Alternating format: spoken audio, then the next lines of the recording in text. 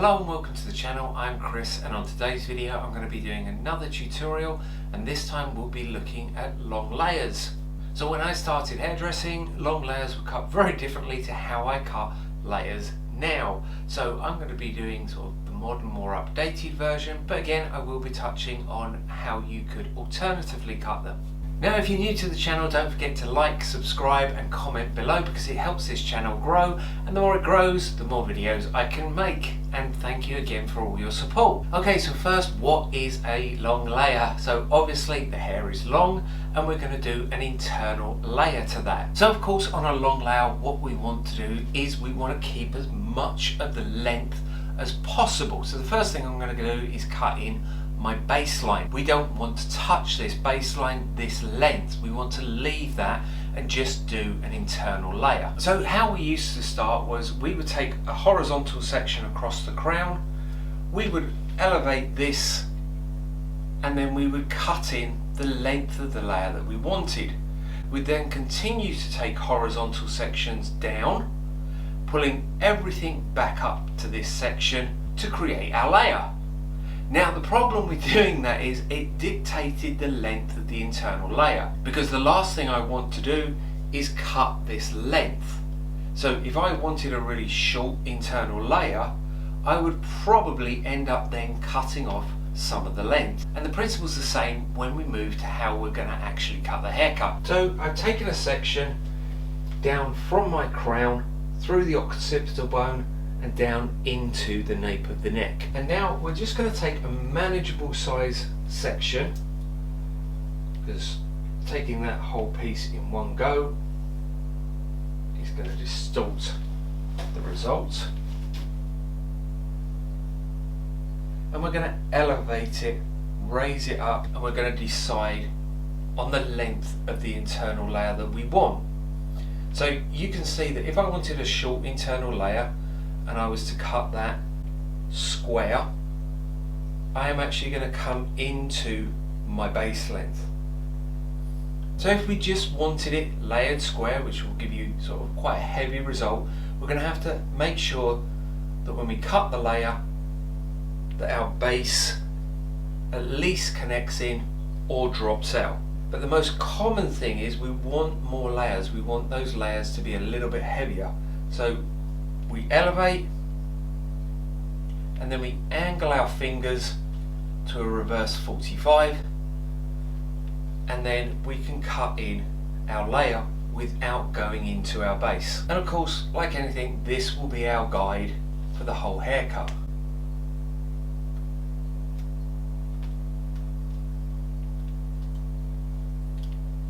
Then we can simply take manageable size sections and elevate up to 90 to over directed, and you'll see my base slides out of the cut. Therefore I'm protecting my length on the cut. Coming at a 45-degree angle, the layers are much more blended, much softer, and you can go much shorter with your layers. Now what you can then do is work around in orange segments until you reach the ear, following your guide and elevating the section. Now that's fine if they have very thick hair. However, if they have normal to fine hair, I would actually over direct back to your previous section. So using this as my pivot point, I'm going to take an orange segment down to the nape of the neck, and then I'm going to over direct this section back to my guide section. I'll then take another orange segment but over direct it back to the second section. So what I'm getting is a slight blend as I come to the ear, and it creates more softness.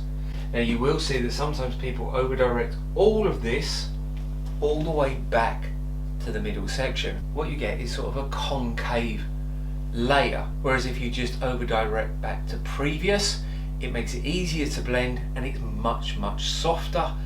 On medium to fine hair, you're not removing as much as you come around to this ear, because the client won't have as much hair here, and it will make blending this section into the back much easier. And once again, we just take a manageable size section and we elevate that up and slightly bring that section back to our first. We refine our guideline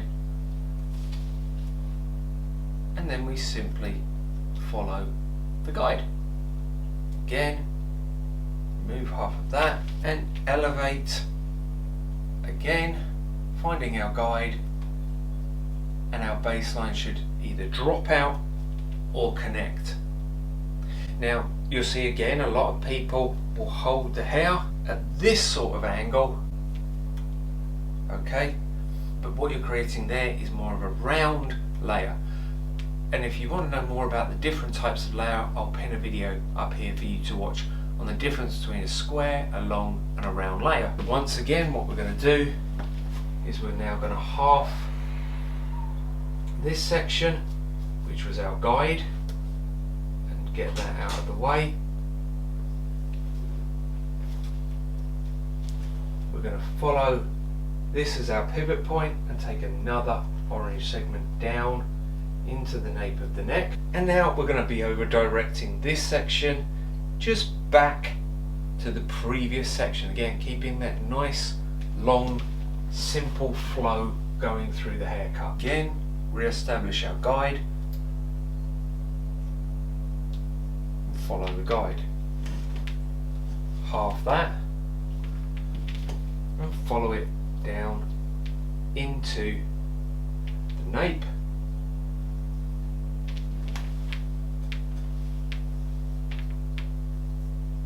And once again, elevate up so that our base comes out and just follow the guide. Then once again repeat, we're going to half that section.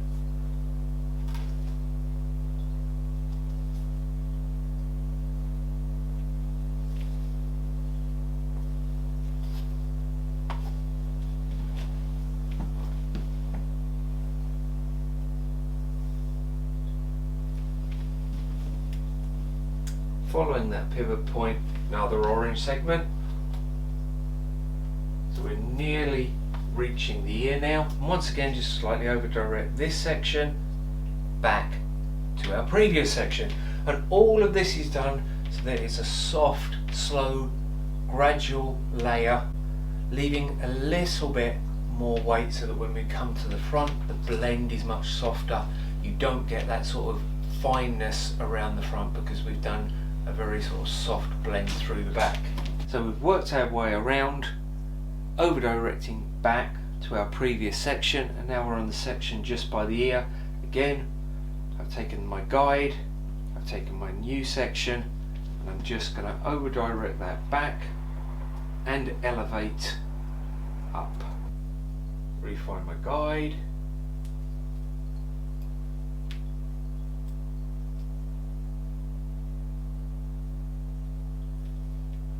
Again, this is my length, so what I want is it for either it to connect or for it to at least start dropping out as I elevate it up. There goes my guide. Just a little bit to connect in. Okay, so now we've cut the back, we're going to do exactly the same on the other side. So we'll go back to our central point, refine our central guide, and simply start exactly the same process on the opposite side. Okay, so with the other side now done, we're going to work our way through the front.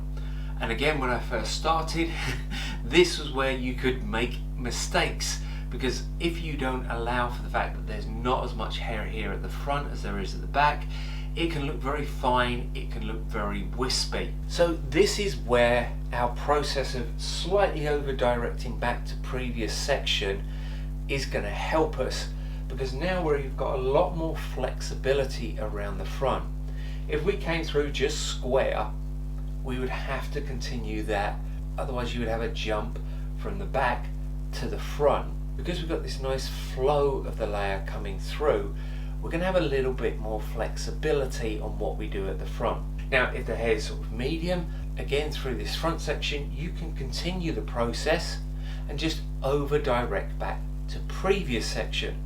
However, if it is finer hair and you don't want that fineness to be exaggerated through the front, you can over direct everything here back to your last section just behind the ear. Now again, when we're doing this, I'm going to be using this central point as my pivot, and I'm going to be taking forward diagonal sections and bringing everything back.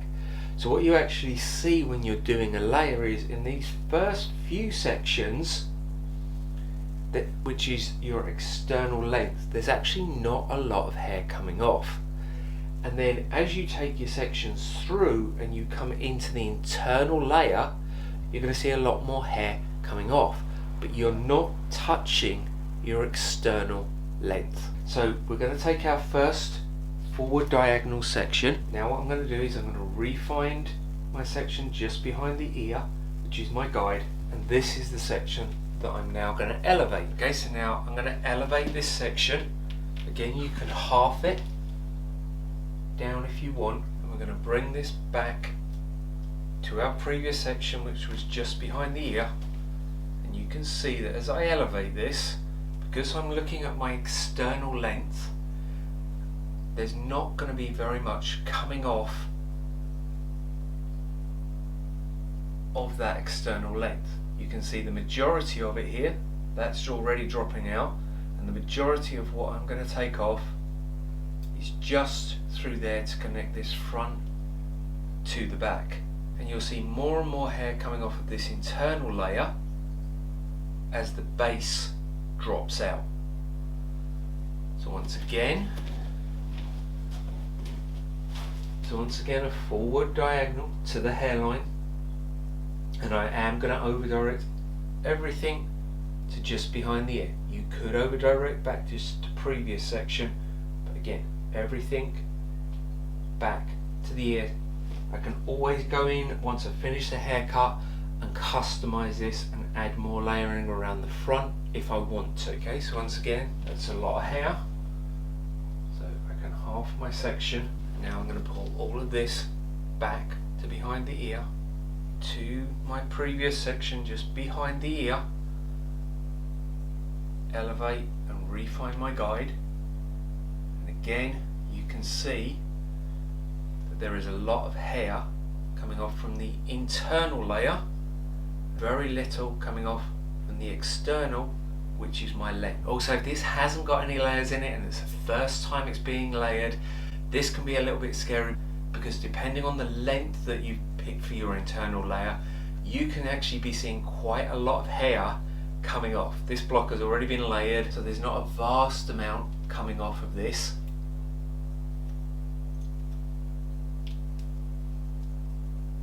But if it hadn't been layered, you could see a lot of hair, be a little bit scary. Okay, but as long as you're not touching this length, so it's the next section, as we follow that guide through, bring in our baseline, once again over direct this back to behind the ear, refine our guide, and there is just a very tiny bit to blend through, but you can see. So now we're bringing in the lower part of the hair, our baseline, and as we elevate it and over direct it back, there is just a very small amount, and there goes my perimeter, my hairline. So I'm just blending that in. And then finally the last section, which will be on your parting.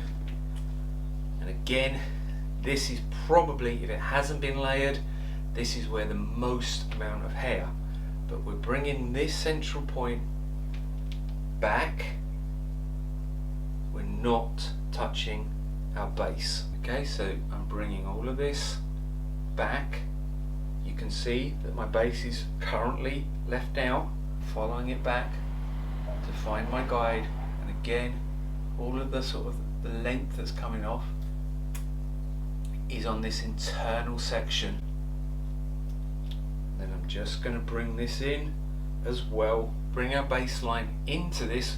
What we should see is again either it connecting to that base, or the baseline simply dropping out so that we're not cutting in. There goes my base, I'm just checking and tidying up that line. Okay, so now I've got my layer. I've kept the weight in the baseline so it doesn't suddenly sort of go from the back to looking very fine and very thin. Now the layering around the face, there is layering around the face, but once it's dried, if you want to shorten or soften that layering, you're going to be able to tailor that to what you want by freehanding or point cutting, razoring, however you want to do it. But I've kept a nice lot of layers through. I'm going to be able to get a nice lot of movement, a nice lot of curl through that. Okay, so once again, we're simply going to repeat the process on the opposite side of the head. Then we're going to look at going through and texturizing. As I say in a lot of my videos, I always blunt cut. Once I finish, I'll then go through and point cut and soften and texturize. And if you wanted this layer shorter through the front, you would do that. Or if they have a fringe, you would correct your fringe and shorten your fringe. So let's get it dried. Let's have a look. Okay, so all I've done is just quickly dried this off with a paddle brush. I haven't texturized it, I haven't shaped it in any way. I wanted you to see it before I sort of did anything else to it. So if this was a client, I'd then go through and obviously I would find any weight areas and I would thin, texturize. I've got a very sort of blunt line because I club cut, so I would soften that, and obviously I would add some definition, some more layering around the face. But I just wanted to show you what it looked like without a curl in it, without a wave in it, without any texturizing or thinning done to it whatsoever. So we've got a nice blend of layers, a nice lot of layers, and we're able to go short on the interior because we've angled our fingers, and that slight over direction from the front to the back has just left us all the weight and the shape and the heaviness around here as well. So if this was a client, I would now go through and I'd thin, I'd soften, I'd put some layering around the face, and then I'd put a slight wave or a curl in it depending on what they want, although it's got a nice lot of texture and movement as is. Maybe just a bit of texturizing paste just to sort of give a little bit of shine and a little bit more definition.